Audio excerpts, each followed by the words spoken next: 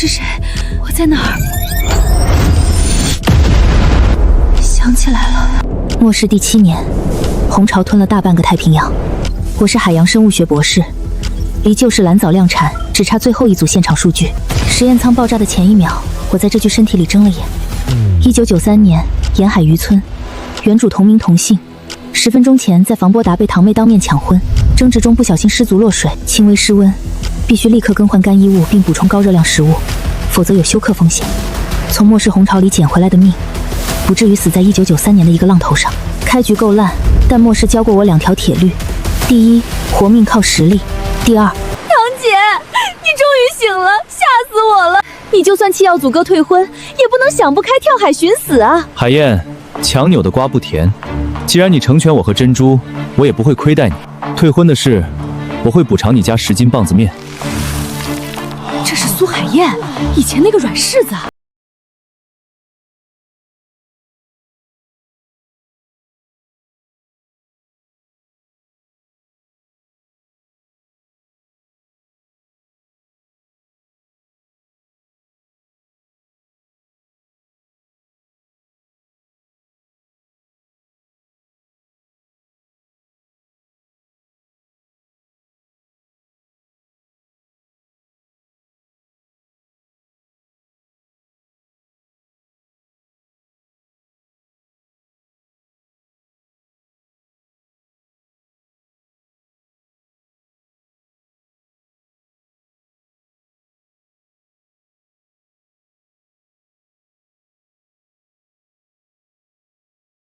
药组还能顺利通过考核吗？陈叔，我这都是合理的赔偿要求，您让乡亲们评评理，有一点过分的地方吗？爹，这转正我等了大半年啊，爹，不能黄啊！好你个苏海燕，今天这钱我们认，就当赔你这身伤。但从今往后，你跟我们老陈家再没有半点关系。第一笔原始资金合法到账，智者不入爱河，唯有深海捞金。咦，我记得村里有一个人，他疯了不成？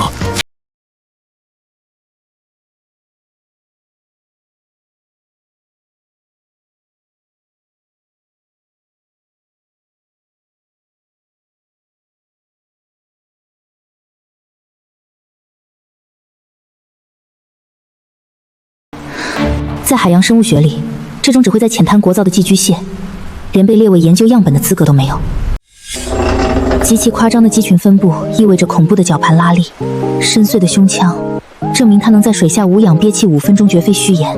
罕见的先天大肺回量和超强深海弄压体质，在村民眼里它是海鬼，在我眼里，这是一台拥有无限潜能的完美深海作业机器。陆征，谈笔买卖。滚远点儿，老子不沾女人的麻烦。这不是麻烦，是本钱，200块，定金。你什么意思？你有一身冠绝全村的潜水本事和力气，但你不懂洋流规律，不懂鱼群回游路线，更不懂看气象，所以你每次下海都是在碰运气，只能摸点死蟹虾贝，空有一身神力却穷得叮当响。跟我搭伙结婚，立个户头，我们分家单干。我懂测绘，我懂水文，我知道这片海域哪里藏着最贵的货。我出坐标，你出废灰量，合法赚的钱扣除成本后55分，接不接？为什么是我？村里有马达船的男人多的是，我只有一条漏风的破山头。因为他们蠢，他们只会在近海那片已经快被捞绝种的烂泥洼里内卷，而我要去的是深海区，是暗礁群，是别人不敢碰的鬼门关。全村只有你这头怪物能达到我的下潜要求。拿了钱去把你的破船修好，该补漆补漆，该换烂绳换烂绳。另外，去镇上打个结婚证，我需要一个独立的户籍来规避我那个吸血鬼娘家。1年内，我让你换上大铁船。明早6点，码头见。敢骗老子，把你填海，把你填海。契约成立，我从来不做没有把握的投资。哟，还真跟那个煞星勾搭上了。堂姐，你可真是不挑食啊！那破木船出海，怕是一个浪打过来，你就得喂鲨鱼。苏珍珠，管好你自己的那口破烂锅，往后我的事不用你操心。现在的苏家，估计正因为我讹折了陈家500块钱而闹得鸡飞狗跳。等着分我的钱，想从我手里拿钱，不可能了。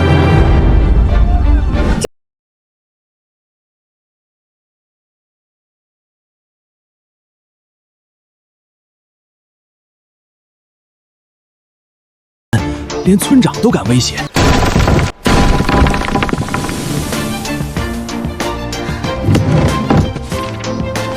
海燕啊，你大伯母说的对。再说你都被退婚了，以后还得靠娘家兄弟撑腰，这钱爹先替你保管。保管？这500块是我拿命换来的赔偿款。今天谁敢碰我的口袋一下，我就站到村口大槐树下吆喝：苏家长辈抢姑娘的救命钱！这名声一旦传出去，小宝以后相亲，全村人都得绕着宝。你们大可以试试。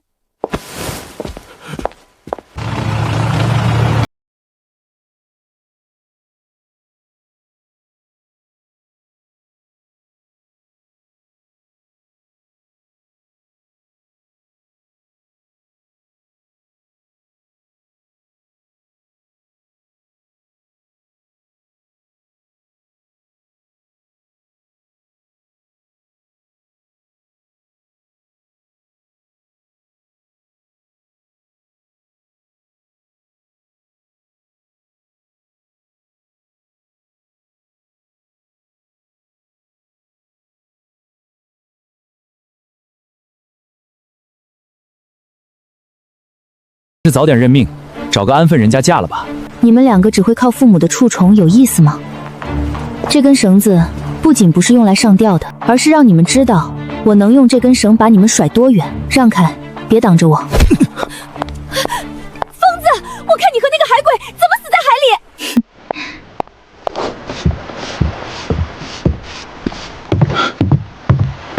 东西买齐了。过来。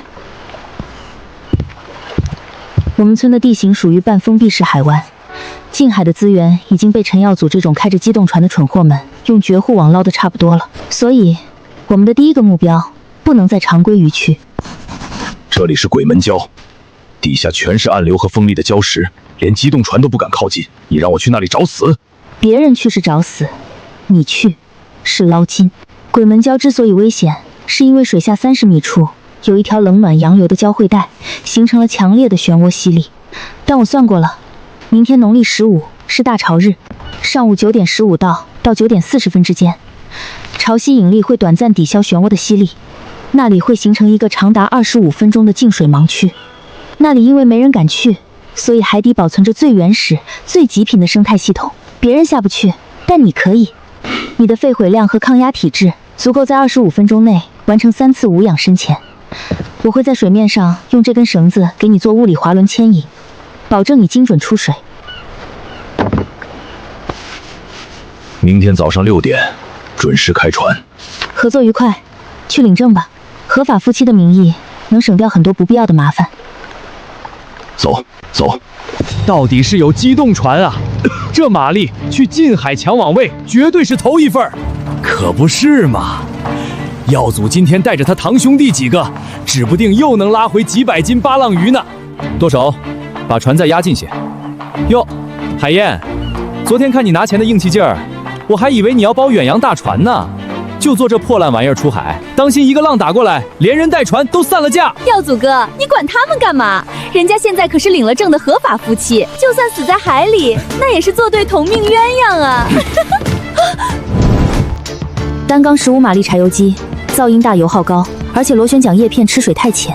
去近海跟几10条船抢那些还没长大的巴浪鱼和杂虾，扣掉柴油钱和人工，你们这艘船的净利润率不到10%，这也值得你在这孔雀开屏。你少在这装神弄鬼！我这船再怎么也比你们这靠手划的破木盆强，是吗？那你最好祈祷你的破马达别在半路熄火。陆征，不用理这些底气生物，左满舵，出港。我看你们能划到哪儿去！今天你们要是能捞上1条鱼，我陈字倒着写。往哪边走？东北角30度，避开主航道，我们要去鬼门礁。你想清楚了，那里常年暗流涌动，底下全是像刀子一样的礁石林。就算是退潮，这艘木船一旦被暗流卷进去，3秒钟就会撞得粉碎。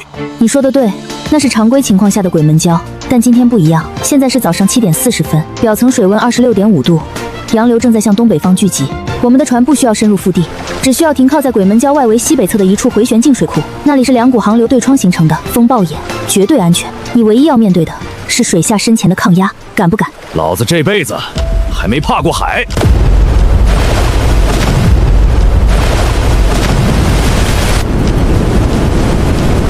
前方50米，右侧有上升逆流，左舵10度切过去，稳住桨频，不要被难流带偏，继续向前滑行20米。停！你竟然真的找到了这片活水死角！科学永远不会骗人。现在轮到你表演了，底下的好东西估计已经几10年没人碰过了。水下12米，表层水温26.5度，底层冷流只有16度，这10度的温差会极大加速你体表热量流失，让你的肌肉耗氧量增加30%。没有潜水服和保温设备，你的极限安全憋气时间会从5分钟锐减到3分15秒，留出15秒安全冗余。水底作业时间绝对只有3分钟。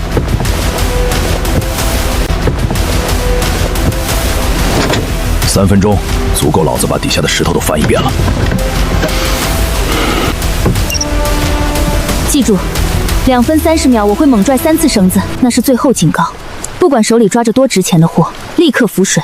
我不想第一天合作就带一具尸体回去。放心，老子还没穷够，舍不得死。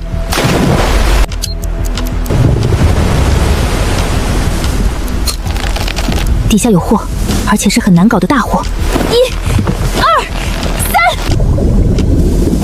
3，这个疯子底下到底有什么东西，值得他耗尽最后一口氧气？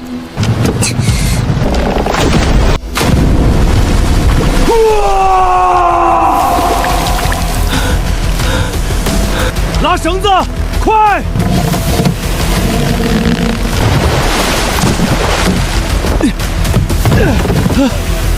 哈哈哈哈！你这女人的脑子，真他娘的是个聚宝盆！双头豹，不对，这几只最大的，起码有7、8两重，是接近单头豹级别的极品野生网豹。那片礁石底下全都是深不见底的石沟，沟缝里密密麻麻全贴着这玩意儿。要不是时间不够，我能把这船装沉了。够了，海洋的馈赠不能一次性透支。这艘破木船的载重量也吃不消，立刻返航，擦干身体，换上干衣服，这是命令。我可不想我的核心搭档因为失温症把身体透支。坐稳了，回航！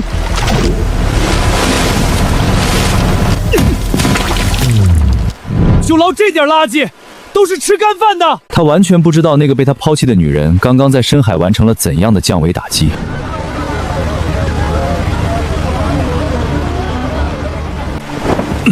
走小路回去，别声张。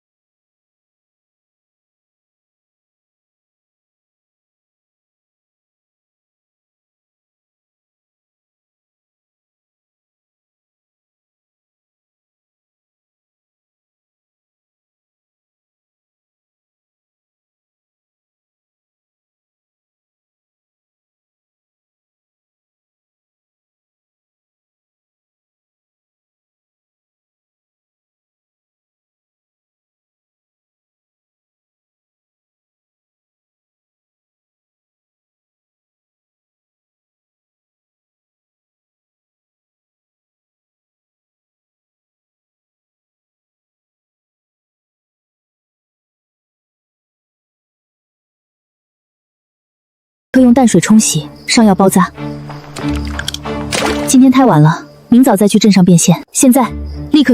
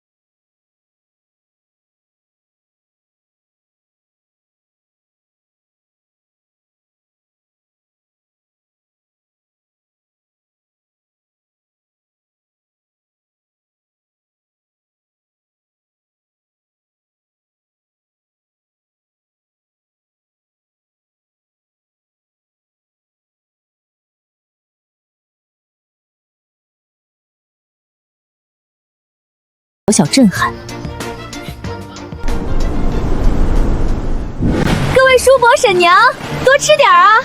这可是耀祖哥昨天开着机动船专门去海里捞回来的黄翅鱼，足足50多斤呢。这年头，除了我们家耀征哥的船，谁还能一次性拉回这么多硬货？哎呦，珍珠啊，你可是掉进福窝里了。耀祖这么能干，你以后就等着当少奶奶吧。就是，机动船到底不一样。哪像某些不长眼的，退了这么好的婚事，非要去找那个克星。今天早上我可是看见那小两口划着破木盆出海了，哼，这会儿指不定在哪个海沟里喂王八呢。各位乡亲，今天是我和珍珠的好日子，就别提那种晦气的人了。苏海燕她自己要找死，那是她的命。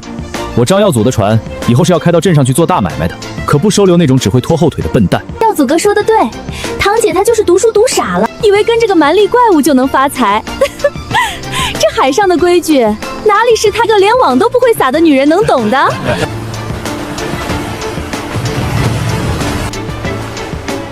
底层冷水团正在上涌，水温骤降3度，方位西南偏南。陆征，下网。起网！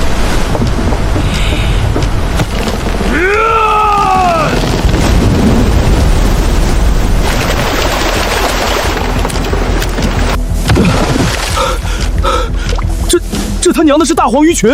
这帮祖宗不是早就不往咱们这片近海游了吗？你是怎么隔着几十米深的海水听见他们动静的？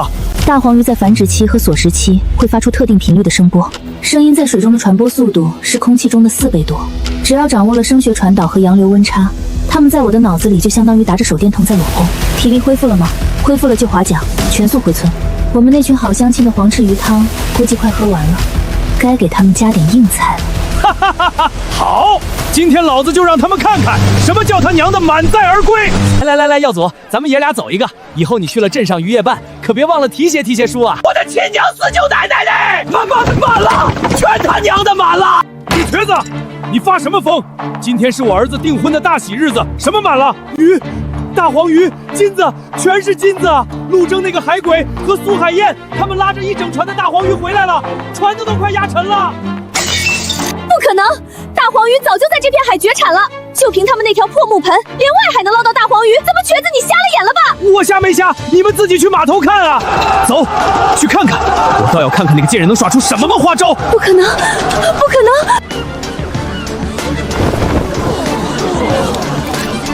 老天爷，这得有300多斤吧？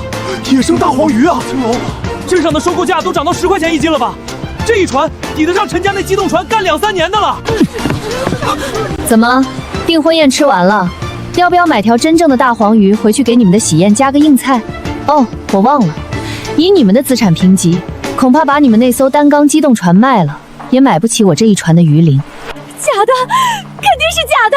这海里哪还有这么多大黄鱼？肯定是他们用了什么见不得人的妖术！妖术，在科学的维度里，无知就是你们最大的屏障。既然认知不在一个水平线上，交流就失去了意义。陆征，找几块防水油布，把鱼盖上，准备清点过秤。慢着，海燕啊，你这丫头也是，捕了这么多好鱼，怎么也不跟村里打声招呼？咱们渔村可是有规矩的，这海是大家的，你一次性捞了这么多，那是占了村里的集体资源。这样吧，我这就用村部的大喇叭给镇上的王鱼贩子打个电话，1斤2块钱，全部打包收了，也算给你和陆征留条活路。2块钱，陈老狗，我看你是嫌命太长了，敢动老子的货，老子今天把你跟这船鱼一起扔海里。陆征，你敢？我爹可是村长，你打个试试。陈村长，根据1986年颁布的渔业法，只要没有使用禁用的炸鱼、毒鱼等破坏性捕捞方式，渔民在非禁渔区合法捕捞的水产品，所有权完全归捕捞者个人所有。你刚才的话，已经构成了敲诈勒索未遂。2块钱1斤，你是不是劣质酒精喝多了，导致你的智商退化到了原始社会？反了反了！你个不知好歹的死丫头！今天这鱼要是没有我的点头，我看镇上哪个鱼贩子敢收你们的货，你们就等着鱼烂在船里发臭吧！让让，都让让！刚才谁说有野生大黄鱼的？哎呦我去！筋鳞完整，嘴尖尾长，老天爷，纯正的野生东海大黄鱼！现在市面上全都是拿黄鲑鱼染色的假货，我已经大半年没见过这么极品的野货了。你谁呀？咱们村的事你少插手，这鱼我已经定。去你的！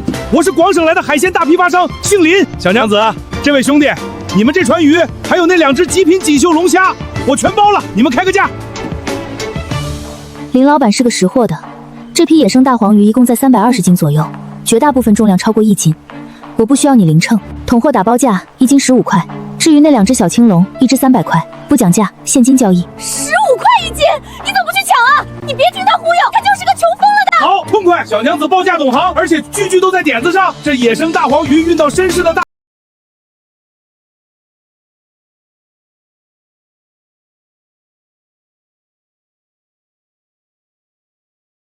总计5475，5500块，多出来的25块算交个朋友。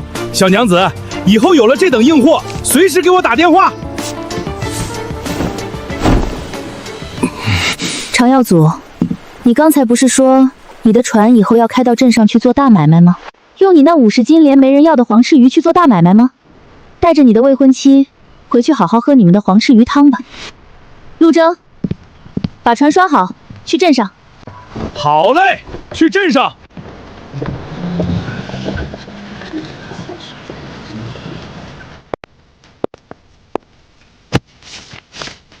存5000，死期1年，剩下500留作日常流动资金。你就这么把钱存我名下了？不怕我拿了钱跑了？第一，你的肌肉维度和下潜能力，未来能创造的价值是这5000块的成百上千倍，你不会为了芝麻丢了西瓜。第二，在这个世界上，能让我苏海燕看上的人形潜艇不多。既然结了契约，我不仅对你的命负责，也对你的资产负责。疑人不用，用人不疑。苏海燕，老子的命以后就是你的，刀山火海，你指哪儿我打哪儿。用不着刀山火海，先去填饱肚子。走，去国营饭店。同志，3份红烧肉，2只烤鸭，2份溜肉盏，再来1条糖醋鲤鱼，全部用你们店里最好的搪瓷盆装好，打包带走。哟，口气倒不小。有肉票吗？没肉票全是溢价，这几道菜加起来得40-50块钱呢。哼，可别点完了付不起钱，在那儿装蒜。钱在这里，如果20分钟内菜做不好，我就去工商局投诉你们消极怠工。现在，立刻去后厨下单。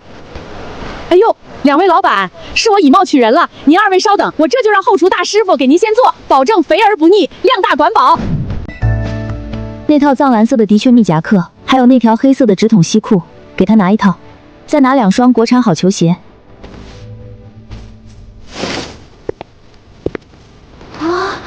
这衣服太勒了，干活不方便。这不光是干活穿的，而且是让别人看的。我想让别人改变对你的看法。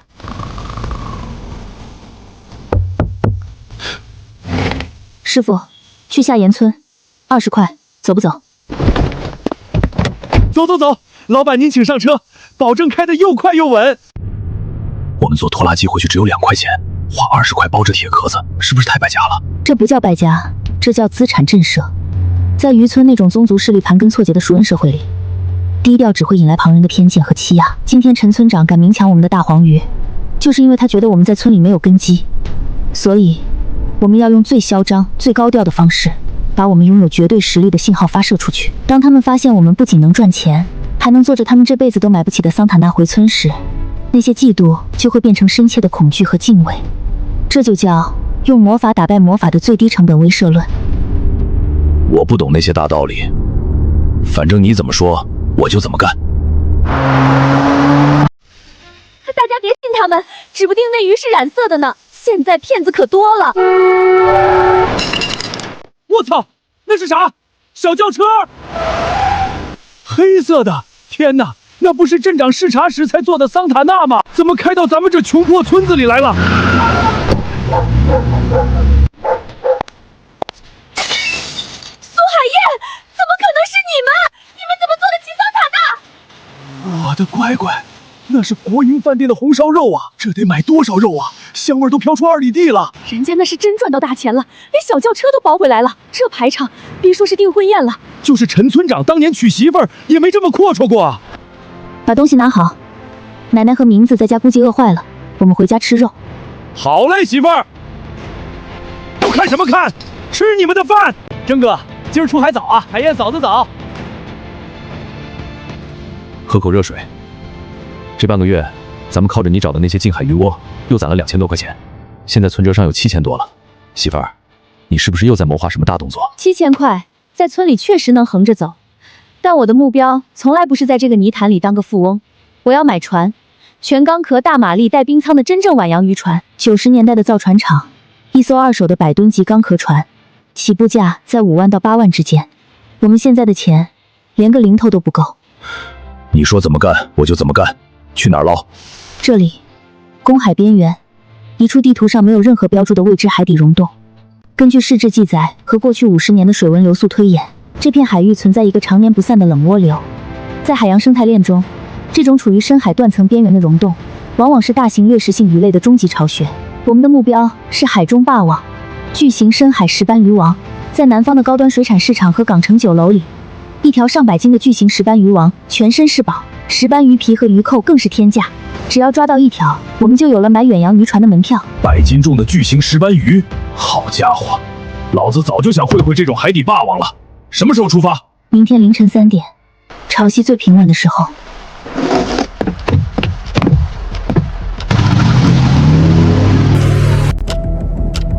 关掉马达。到了，到了，就在我们的正下方30米深处。听清楚路征，30米的水深，水压是地面的4倍，这已经逼近了无装备徒手潜水的人类生理极限。加上水底极其复杂的溶洞地形，你的氧气消耗速度会成倍增加。鱼王一定在洞里，但石斑鱼王生性凶猛，力量极大，在水底，它是霸主。如果在2分半钟内你没有用飞钩彻底锁死它的腮骨，必须立刻放弃。听懂了吗？苏海燕，把心放进肚子里，只要是你定下的坐标，哪怕是深海禁地，老子也给你把镇海神针拔出来。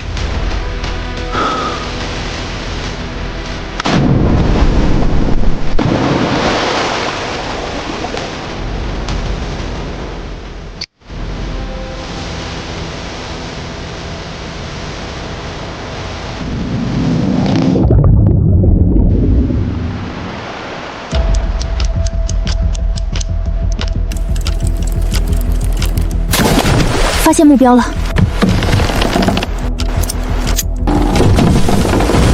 不对，受力方向不对，这不是单点拉拽的挣扎，这是多点位大面积的绞缠。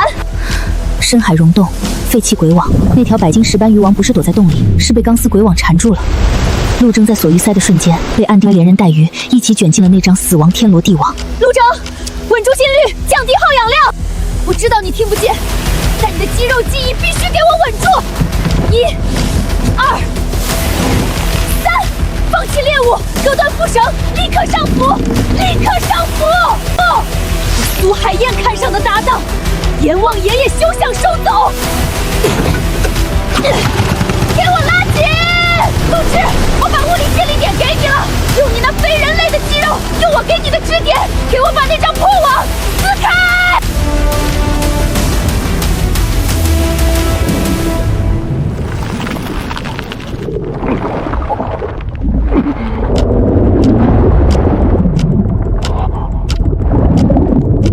没有放弃我，他用他的脑子把整个水面的力量借给了我，给老子断！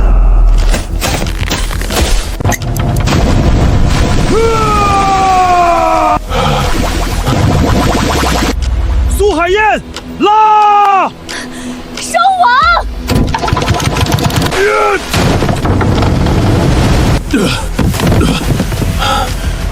你是个疯子，在深海跟鬼网激进，你差点把自己变成海底的化石。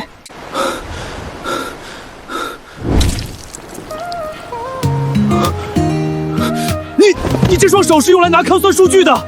绳子绷死的时候，你为什么不松手？那种拉力会把你的手腕绞断的。我苏海燕说过，我不仅要你的劳动力，我还要你活得比任何人都强壮。只要我不松手，你的支点就不会崩塌；只要我不放弃，你就绝对死不了。你是我的搭档，我不允许我的核心资产折损在那种肮脏的破网里。这辈子，我的命是你拽回来的，从今往后，你就是我的命。天王老子来了也别想从我身边把你夺走。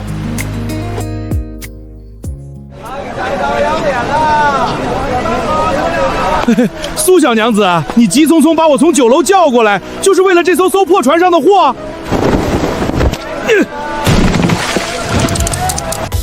老天爷，这是石斑鱼成精了吗？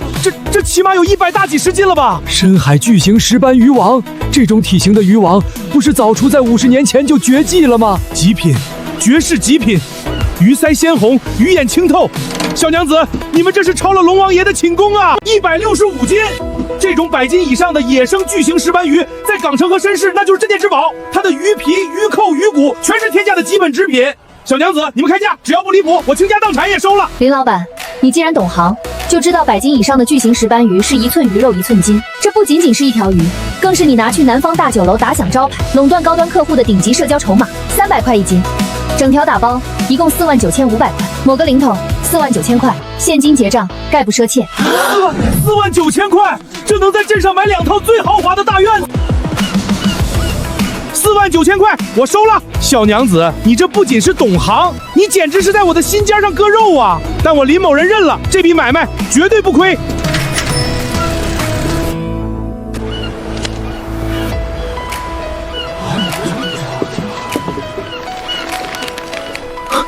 媳妇儿，咱们现在是不是能买你说的那个什么大铁船了？不是铁船，不是大铁船，是远洋钢壳破冰渔船。走，南下买船。这片近海的泥潭已经装不下我们的野心了，我们要去征服真正的远洋。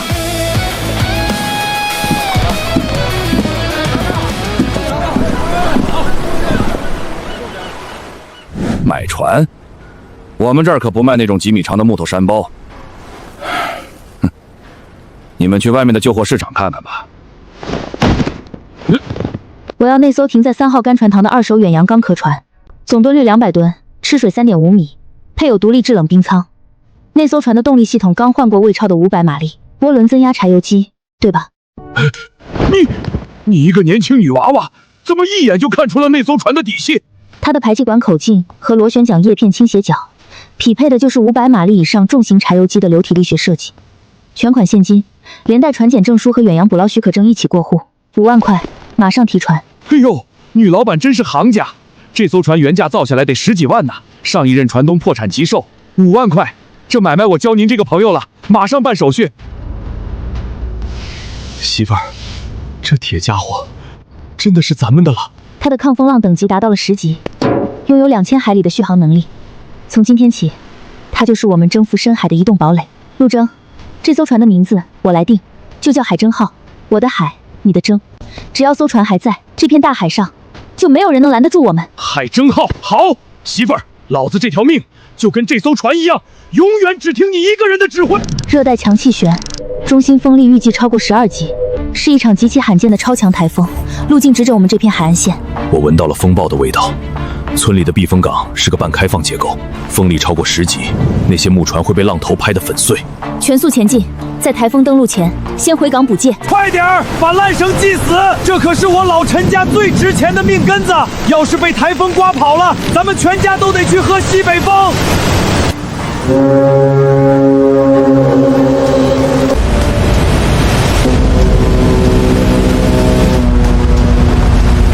那是什么怪物？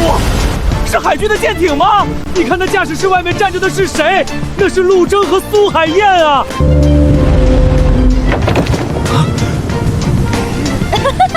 买了大铁船又怎么样？海燕，你就是个扫把星！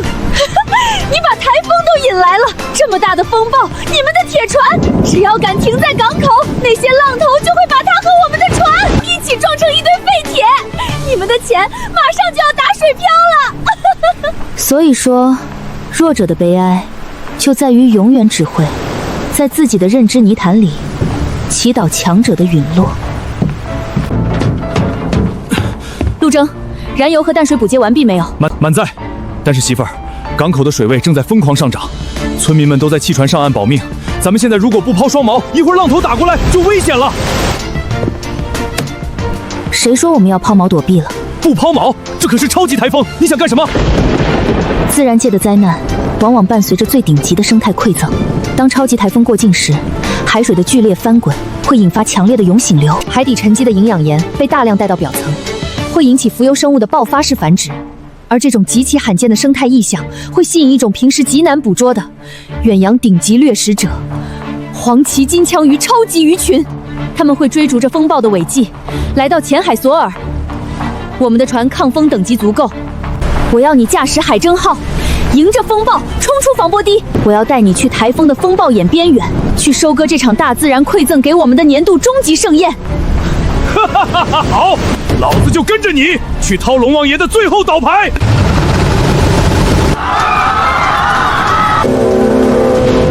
他们疯了，他们去送死了！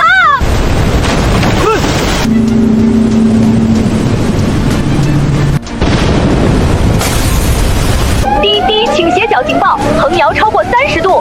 媳妇儿，这浪太邪门了，前面的水墙根本看不到顶，咱们的吃水线快被压没了。闭嘴，盯着液压表，我没喊减速，马达的转速就必须给我顶在红线上。右满舵，迎浪切角35度，准备切开主浪涌。老天爷，你连海浪的脾气都能摸得一清二楚，你这脑子到底是拿什么长的？海浪没有脾气，只有波长、振幅和周期。只要算准了流体动力学的临界点，它就是我们的推力。抓紧扶手，真正的考验来了！前方3海里是台风最狂暴的云墙区，穿过去就是风暴眼。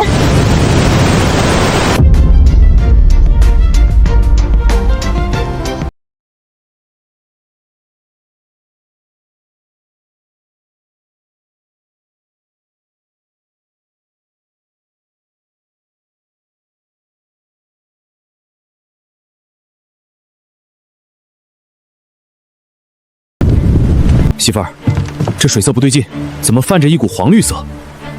还有这么浓的腥味。这就是我带你来这儿玩命的原因，这叫涌请流。台风经过时，强烈的气旋会把深海底层的营养咸腐织物卷到海面，这些丰富的养料在阳光下会瞬间引发微型浮游生物和藻类的爆炸式繁殖。水变绿就是因为这个，小鱼吃藻类，大鱼吃小鱼。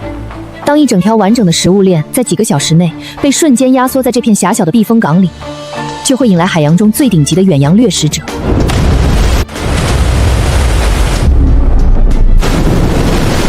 老天爷，这他娘的是什么怪物鱼？这体型，这速度，简直像水里的炮弹，全都是。这底下密密麻麻，全都是这种怪物。这是黄鳍金枪鱼，海洋中游得最快、最凶猛，也是最昂贵的顶级刺身级食材。在发达国家的高端拍卖后，这样一条100斤以上的红黄鳍金枪鱼，价值几千甚至上万美元。而现在，这一整个超级鱼群都是我们的。陆征，这艘船的绞盘液压系统不够对付这么多巨物。现在是你这具身体证明自己价值的终极时刻，用我给你的装备，把它们一条一条给我拖上甲板。媳妇儿，你看好了，今天老子就给你表演个徒手降服龙沃爷的虾兵蟹将。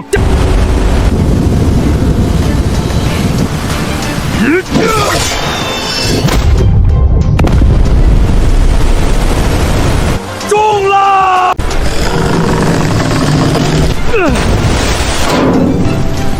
好家伙，力气真他娘的大！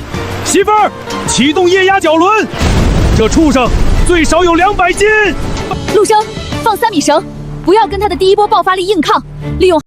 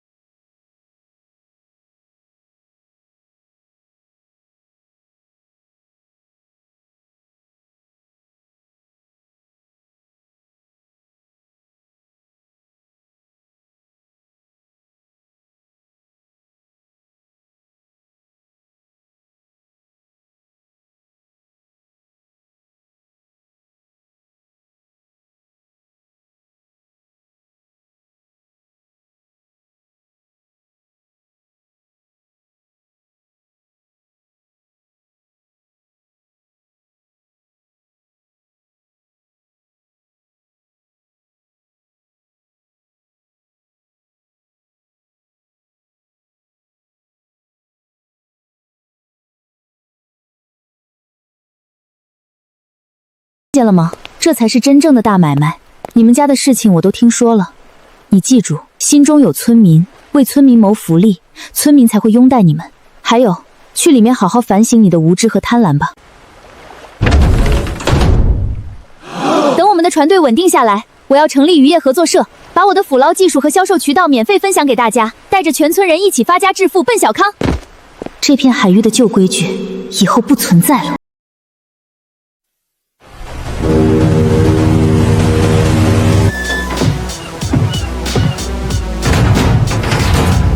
乡亲们，近海的资源已经被压榨到了极限，内卷只有死路一条。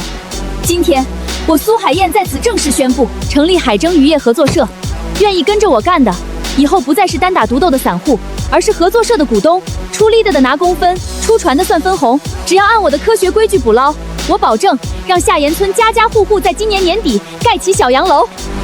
我们干，海燕，我们全村都跟着你干。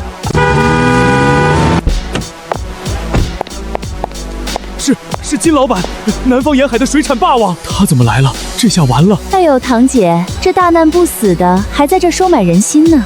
陈耀祖那个倒霉蛋进去了，你以为你就赢了？在咱们市的水产界，金老板才是真正的天。苏海燕是吧？船不错，鱼也凑合。这样吧，你这满船的鱼，我按市场价的1折全包了。以后你们那个什么破合作社打上来的鱼，也只能卖给我。哼哼，这是给你脸，明白吗？金老板，大清已经亡了，现在是法治社会，1折强买强卖。你想垄断市场，脑容量却连初中经济学常识都装不下。我的鱼就是扔进海里，也不会卖给你这种行业蛀虫。哈哈哈哈哈！好，敬酒不吃吃罚酒。苏海燕，你以为你懂点科学就天下无敌了？老子现在就明摆着告诉你，整个南省沿海所有的制冰厂都已经跟我签了独家协议。从现在起，我下达断冰令，没有我金大鳄点头，你买不到哪怕1块指甲盖大小的冰。